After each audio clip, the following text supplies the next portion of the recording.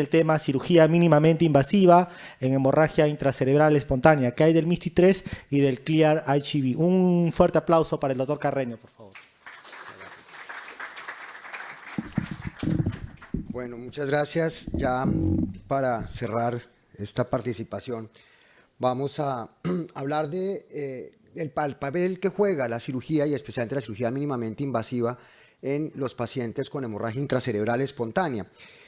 Cuando uno se enfrenta a esta enfermedad, tiene que recurrir a dos brazos. El primero, el tratamiento médico, que es el pilar sobre el cual se construye el manejo de los pacientes con enfermedad cerebrovascular hemorrágica, y el tratamiento quirúrgico. Cuando estamos hablando de tratamiento médico, tenemos que diferenciar dos escenarios completamente distintos porque sus abordajes también son totalmente distintos. Un abordaje del SB espontáneo, hipertensivo, en el paciente mayor, diabético, etcétera, que presenta una hemorragia intraparenquimatosa y donde, como ya lo vimos anteriormente, el manejo de la presión arterial es un hecho absolutamente contundente. Pero por otro lado está una eventualidad a la cual nos vemos abocados cada vez lamentablemente con más frecuencia, que es a la enfermedad cerebrovascular asociada a cualquier tipo de uso de anticoagulantes orales, sean inhibidores de la vitamina K o sean nuevos anticoagulantes orales, no importa. Lo cierto es que esta es una eventualidad cada vez más frecuente y a la cual tenemos que dedicarle una larga atención porque cada vez es más difícil enfrentar a estos pacientes. Pero nosotros vamos a limitar a esto. ¿Cuándo es que uno puede o debe operar un paciente? Y lo primero que uno se pregunta cuando va a intervenir un paciente es ¿por qué lo opero? ¿Cuál es la razón de operar un hematoma intracerebral? Y fundamentalmente son dos. Uno, el efecto de masa que ese hematoma está haciendo. Esto se comporta como un volumen que ocupa espacio y por supuesto disminuye el compliance cerebral y produce toda suerte de problemas de herniación, sea subfalcina, sea transtentorial, etcétera, en virtud del tamaño del hematoma. A mayor tamaño, por supuesto, mayor problema. Pero también tenemos que recordar que esta sangre está fuera de lugar y el proceso de reabsorción de este hematoma va a favorecer todo el fenómeno edemogénico que se da alrededor del hematoma. Y luego, si bien es cierto, en un principio el edema no es un problema, más adelante lo va a ser.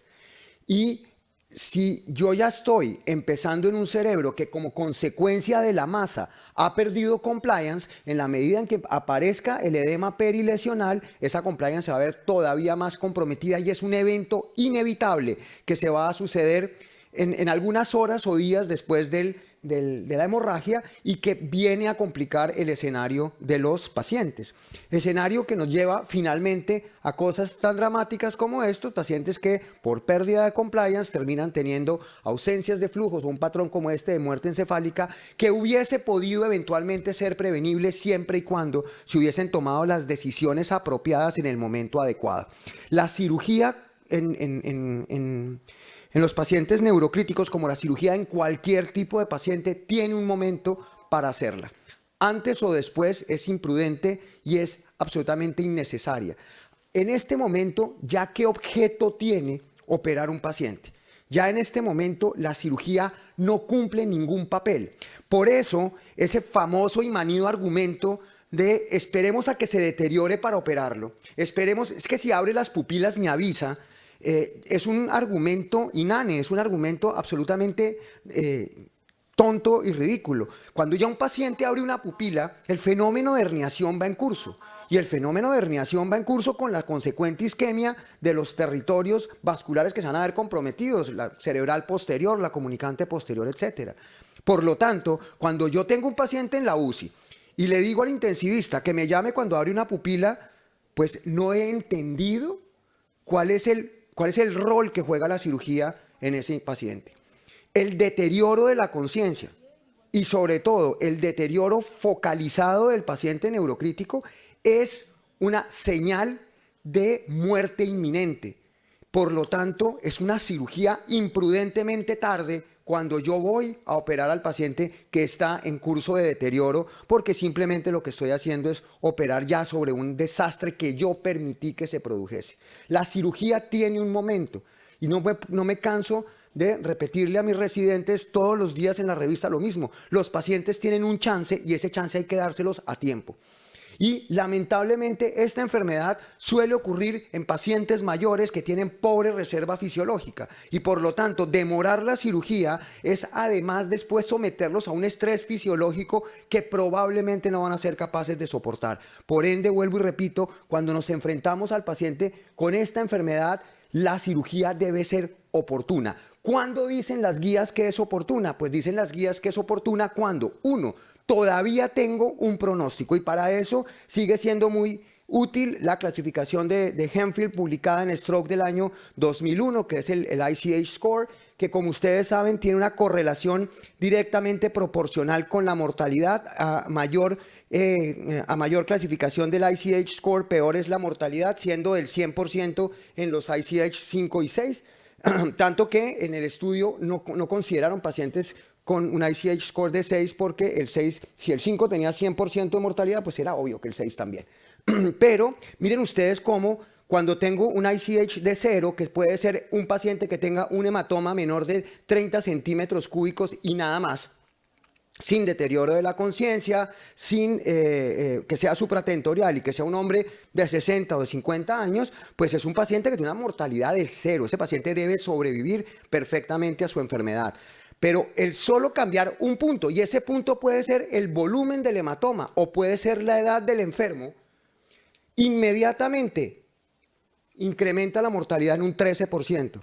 Y ese salto es más brutal cuando vamos de 1 a 2 o de 2 a 3 y de ahí en adelante se hace absolutamente inatajable la mortalidad del paciente. Por lo tanto, este es el momento para operar los individuos si es que nos vamos a ver obligados a ello. Probablemente aquí no haya razón de operar. Esta mortalidad no justifica ninguna intervención quirúrgica porque recuerden que para llegar a un hematoma hay que hacer corticotomía, hay que hacer disección y por lo tanto implícitamente trae una lesión del parénquima nervioso. No importa que estemos hablando de cirugía mínimamente invasiva, la mínimamente invasiva puede ser máximamente destructiva. Eso no implica que yo no esté haciendo un daño sobre el parénquima nervioso. Entonces, ¿cuándo debo pensar en cirugía? Como lo dice el curso del ENLS, los hematomas supratentoriales se opera sobre todo aquel paciente que está haciendo hidrocefalia y probablemente esta sea la intervención quirúrgica apropiada, es decir, derivar a ese paciente. Y después entraremos ahorita en toda la discusión de los criterios del Stitch. Más claro sí está el proceso de cuándo se opera un paciente con una lesión infratentorial. La fosa posterior no tiene el compliance que tiene la fosa supratentorial y además toda monitoría que yo haga en un paciente con una lesión de fosa posterior está viciada por la pobre comunicación que existe entre las fosas posterior y supratentorial.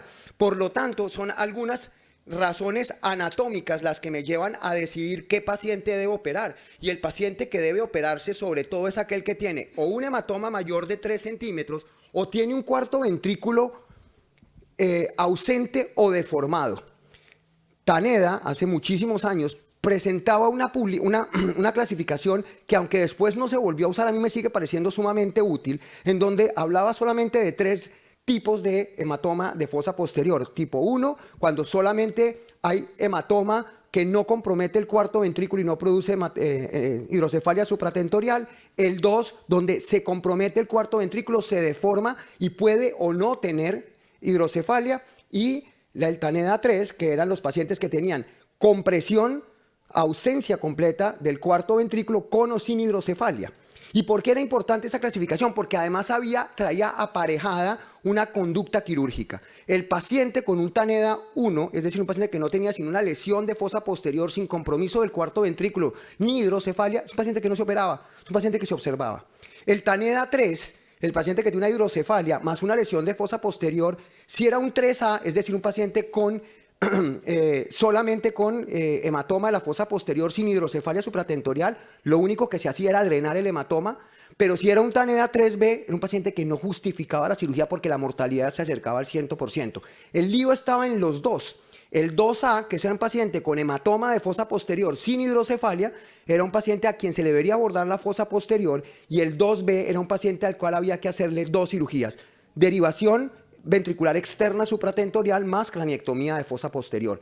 Esa clasificación no se volvió a utilizar y sin embargo tenía, vuelvo y repito, aparejada una conducta quirúrgica que era bastante clara. Hoy en día nos quedan son estos dos criterios. Pacientes con volúmenes mayores de 3 centímetros necesitan obligatoriamente una exéresis del hematoma y los pacientes que tienen compromiso del cuarto ventrículo van a requerir probablemente no solamente el drenaje del hematoma, sino la derivación supratentorial. Y aparece el stitch en el escenario. Y el stitch es uno de esos trabajos que se hacen para tratar de demostrar algo, y lo que demuestra realmente el stitch es que la cirugía no producía realmente ningún cambio significativo en la mortalidad de los pacientes que eran llevados a cirugía. Pero como todo estudio adecuadamente torturado canta alguna cosa, comenzamos a torturar el stitch hasta que comenzó a cantar algunas cosas que parecían verdad. Parecía verdad que el paciente que tenía un hematoma supratentorial a menos de 1 centímetro de la corteza, de menos de 90 centímetros cúbicos de volumen, con un paciente con un Glasgow mayor de 8 y que ocurría dentro de las primeras 6 horas, no asociado al uso de anticoagulantes orales, era un paciente que tenía indicación quirúrgica. Pero ojo que para eso no se diseñó el stitch. Estas son conclusiones a posteriori que se hacen en retrospectiva de un estudio que en principio es negativo. Pero dado que se abría una suficiente discusión sobre qué podía hacerse con los pacientes quirúrgicos, comienzan a haber incluso modificaciones de las guías de manejo de la hemorragia intracerebral, donde se nos dice que los pacientes que tienen deterioro de la conciencia podrían ser llevados a cirugía, e incluso algunos de esos pacientes podrían ser sometidos a craniectomía descompresiva siempre y cuando el hematoma estuviese deteriorando agudamente la conciencia. Llama la atención que en el stitch los pacientes operados por craneotomía tenían mejores resultados que los pacientes drenados por técnicas mínimamente invasivas. Y cuando hablamos de técnicas mínimamente invasivas estamos hablando básicamente de 3 abordajes. El abordaje por trépano y drenaje a mano alzada, la aspiración esterotáctica y la neuroendoscopia. No se entiende por qué un paciente con una masa, en este caso con un hematoma, tiene mejores resultados con craneotomía abierta, que es mucho más mórbida en el solo procedimiento quirúrgico, que el paciente al cual se le hacía una cirugía mínimamente invasiva. Y tal vez lo que quedaba en el ambiente es que la cirugía mínimamente invasiva no era capaz de hacer una exéresis completa de los coágulos y por lo tanto persistía el factor edemogénico produciendo daño. Eso no es cierto. Y no es cierto por 2 razones. La primera, porque una vez que han pasado las primeras horas y ya parte de la sangre que se ha degradado dentro del hematoma ha liberado la hemoglobina, ha liberado el hierro y ha liberado aptoglobina, ese proceso edemogénico es inatajable, va a ocurrir. Por supuesto, será mucho más grave cuanto más exposición a esos productos haya, que exposición que es directamente proporcional al tamaño de la masa o al volumen de la masa. Por lo tanto, disminuir el volumen sí tiene que disminuir el edema, mas no lo va a evitar al 100%. Luego, un drenaje esterotáctico podía dejar sangre y ese drenaje esterotáctico podía favorecer el edema. Pero también es cierto que dentro de la técnica quirúrgica del drenaje del hematoma intracerebral espontáneo, no es prudente hacer una exéresis del 100% de los coágulos, porque todos los que hemos entrado a operar un hematoma sabemos que cuando uno se pone de generoso a quitarle toda la sangre, termina con un hematoma del doble del tamaño, porque comienzan a llorar las paredes del hematoma, comienza a sangrar. Usted no hace hemostasia de cirujano general con nudos y coagulación, usted tiene que poner un poquito de Gelfoam, un poquito de Surgicel, un poquito de Tisil y rezarle a la Virgen que mejor le caiga para ver si de pronto eso para de sangrar. Por lo tanto, la técnica quirúrgica del drenaje del hematoma no es la de la exéresis del 100% de la masa. Por eso, frecuentemente uno llega con su paciente recién operado y el intensivista le dice, pues no le hizo nada. Pues claro que le hice, lo que pasa es que no es sacar todo el hematoma. Sacar todo el hematoma incluso puede ser contraproducente, especialmente en aquellos pacientes que uno opera sin haber estudiado adecuadamente. No voy a hablar del signo de la mancha, no voy a hablar de la utilidad de la angiotomografía, pero indudablemente un paciente con un SB hemorrágico necesita por lo menos una angiotomografía para poderlo pasar a cirugía, porque más de una vez nos hemos encontrado con la desgracia de estar operando lo que parece un hematoma hipertensivo y encontramos en el fondo una malformación arteriovenosa que usted no sabe de dónde viene ni para dónde va, y ese tal vez es el peor de los escenarios quirúrgicos que uno pueda encontrar. Por lo tanto, si la cirugía abierta aparentemente era mejor que la cirugía mínimamente invasiva, surge la pregunta si eso realmente es cierto, y aparecen unos estudios, casi todos ellos hechos por investigadores chinos, que comienzan a preocuparse sobre la cirugía mínimamente invasiva versus la craniotomía formal en los pacientes con hemorragia supratentorial. Miren ustedes las cosas interesantes de este estudio. Este estudio toma todos los estudios que se han hecho con base en mortalidad de los pacientes operados por cirugía mínimamente invasiva, y cuando hablo de cirugía mínimamente invasiva, aquí me refiero solamente a 2 de las 3 técnicas, estereotactia y neuroendoscopia, y resulta que todos los estudios son no significativos, pero al hacer el metaanálisis resulta significativa la disminución de la mortalidad. A mí me gusta mucho este libro, que se llama Cómo mentir con estadísticas, creo que ya ayer lo había mencionado, porque esto es una de las cosas que uno no entiende. Todos los estudios son negativos, pero el metaanálisis es positivo. ¿Qué es el volumen? ¿Qué es el N? ¿Qué es el número de pacientes? Yo sigo sin entender muy bien la epidemiología, pero bueno, digamos que es un hecho que este estudio demuestra que aparentemente la mortalidad es mejor cuando se hace cirugía mínimamente invasiva que cuando se hace craniotomía formal. Pero igualmente la tasa de resangrado, y aquí sí es importante, la tasa de resangrado disminuye sustancialmente cuando se hace cirugía mínimamente invasiva. Y llama la atención eso. ¿Por qué una cirugía mínimamente invasiva donde yo no puedo hacer hemostasia formal? Porque sobre todo en el drenaje estereotáctico es ciego. Ciego en la medida en que yo hago mis cálculos con el computador, hago mis cálculos sobre la tomografía, pero después yo voy ciego, yo no estoy viendo lo que estoy haciendo, yo estoy confiando en mis cálculos y en mi marco estereotáctico, y por lo tanto yo no quedo viendo el lecho quirúrgico que drené.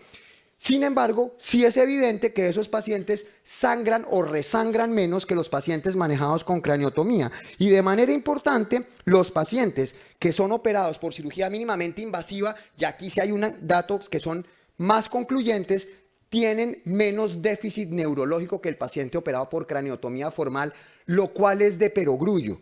Si yo hago un abordaje quirúrgico en el cual estoy entrando por tejido no elocuente, con una cánula que tiene tal vez 3 centímetros de diámetro mayor, y hago un drenaje estereotáctico, pues no produzco el daño que produce una cánula de Cushing con una craniotomía y una corticotomía formal y una disección hasta el hematoma. Por supuesto que esto tiene que producir mejor calidad de sobrevida, porque hay menos trauma quirúrgico en la medida en que opero.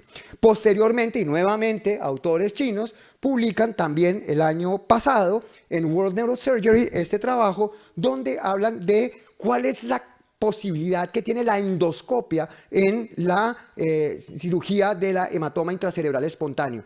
¿Y por qué se preguntan por la endoscopia?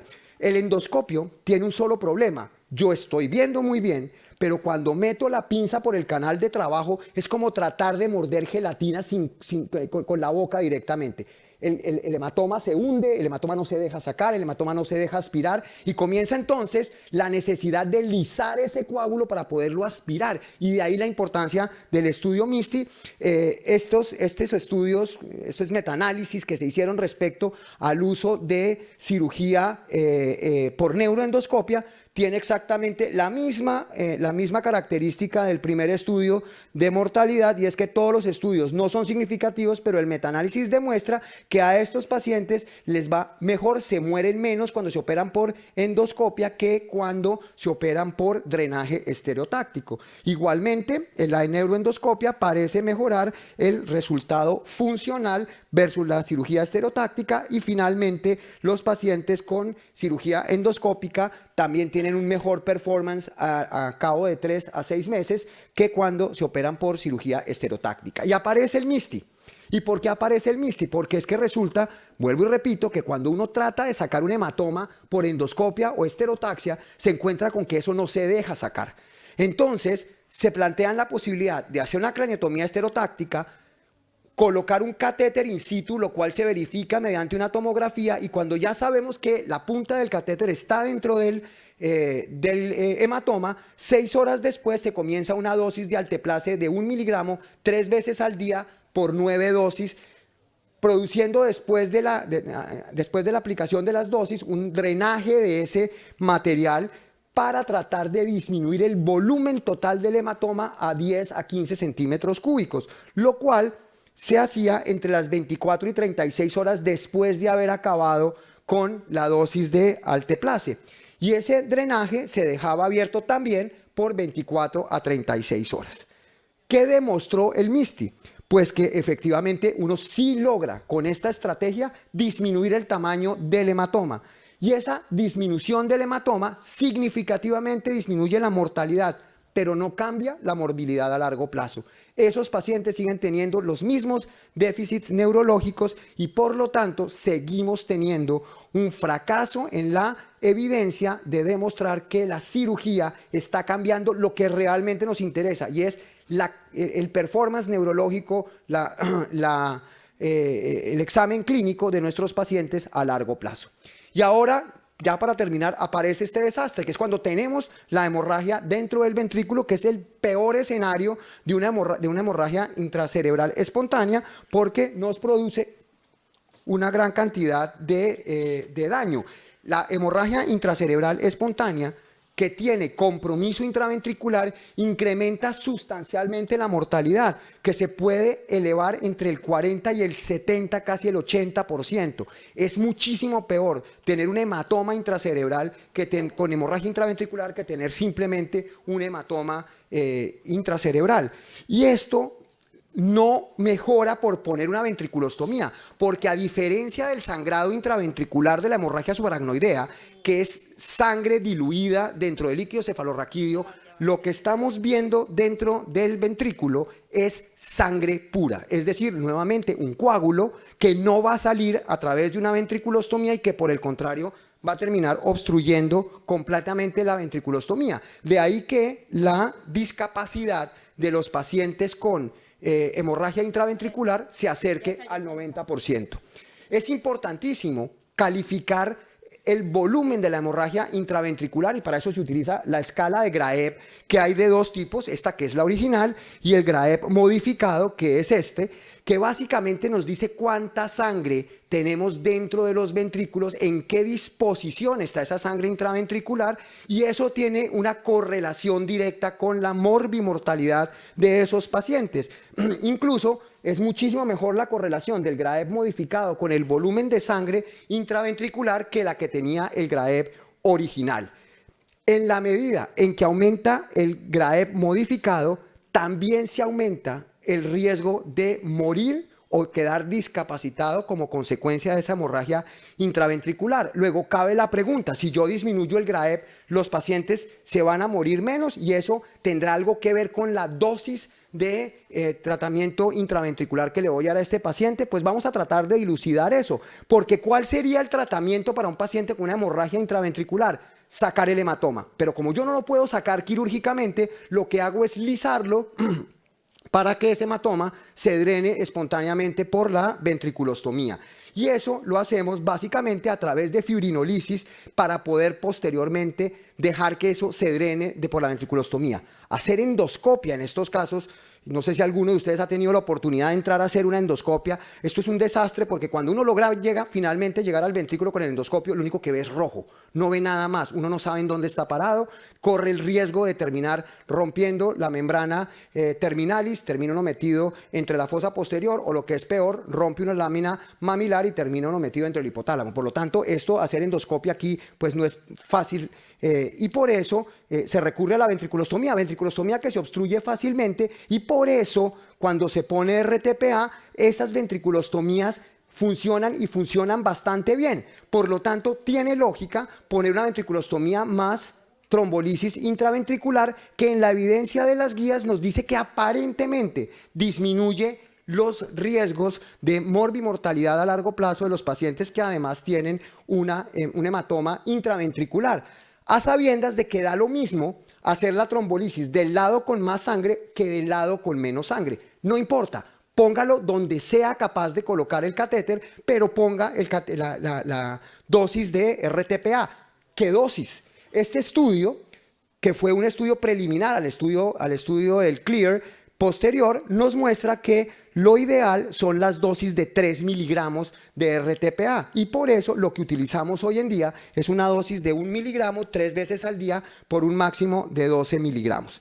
¿Qué encontramos con este abordaje? Pues que los pacientes tratados con esta dosis de 1 miligramo 3 veces al día limpian efectivamente el ventrículo de manera relativamente rápida y disminuyen el riesgo de la hidrocefalia.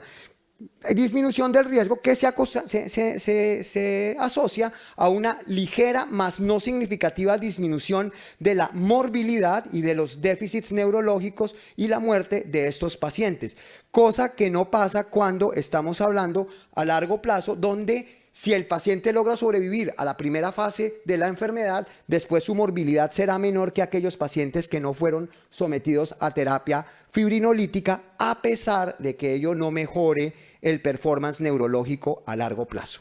En conclusión, ¿qué podemos decir? Lo primero es que la cirugía todavía sigue sin demostrar su papel radical en cambiar la morbimortalidad de los pacientes con hemorragia intracerebral espontánea, y aunque sí mejora mortalidad, no lo hace tanto con la morbilidad, que es lo que finalmente más nos interesa. No queremos devolver pacientes terriblemente secuelados a las familias, queremos devolver pacientes en buena condición neurológica, y por ello tratamos de mejorar calidad de vida y más no sobrevida.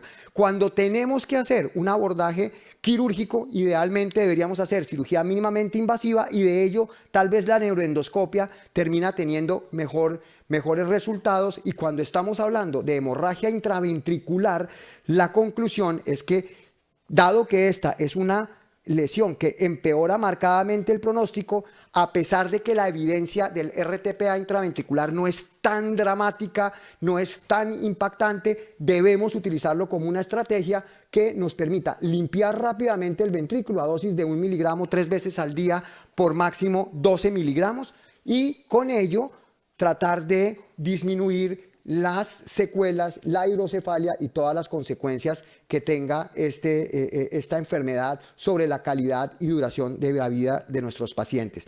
Esta foto es la última de mis trillizos. Por supuesto, todas las charlas los tienen a ellos porque son el motor principal de mi vida. Esta foto se toma en el Pastoruri, acá en el Perú, cuando vinimos con ellos a conocer este hermosísimo país. Y pues bueno, gracias a Dios me devuelvo ya a ver a este trío que hace una falta impresionante, pero como siempre se va uno con la sensación como de orfandad cuando deja este país tan querido y tan hermoso. Muchísimas gracias.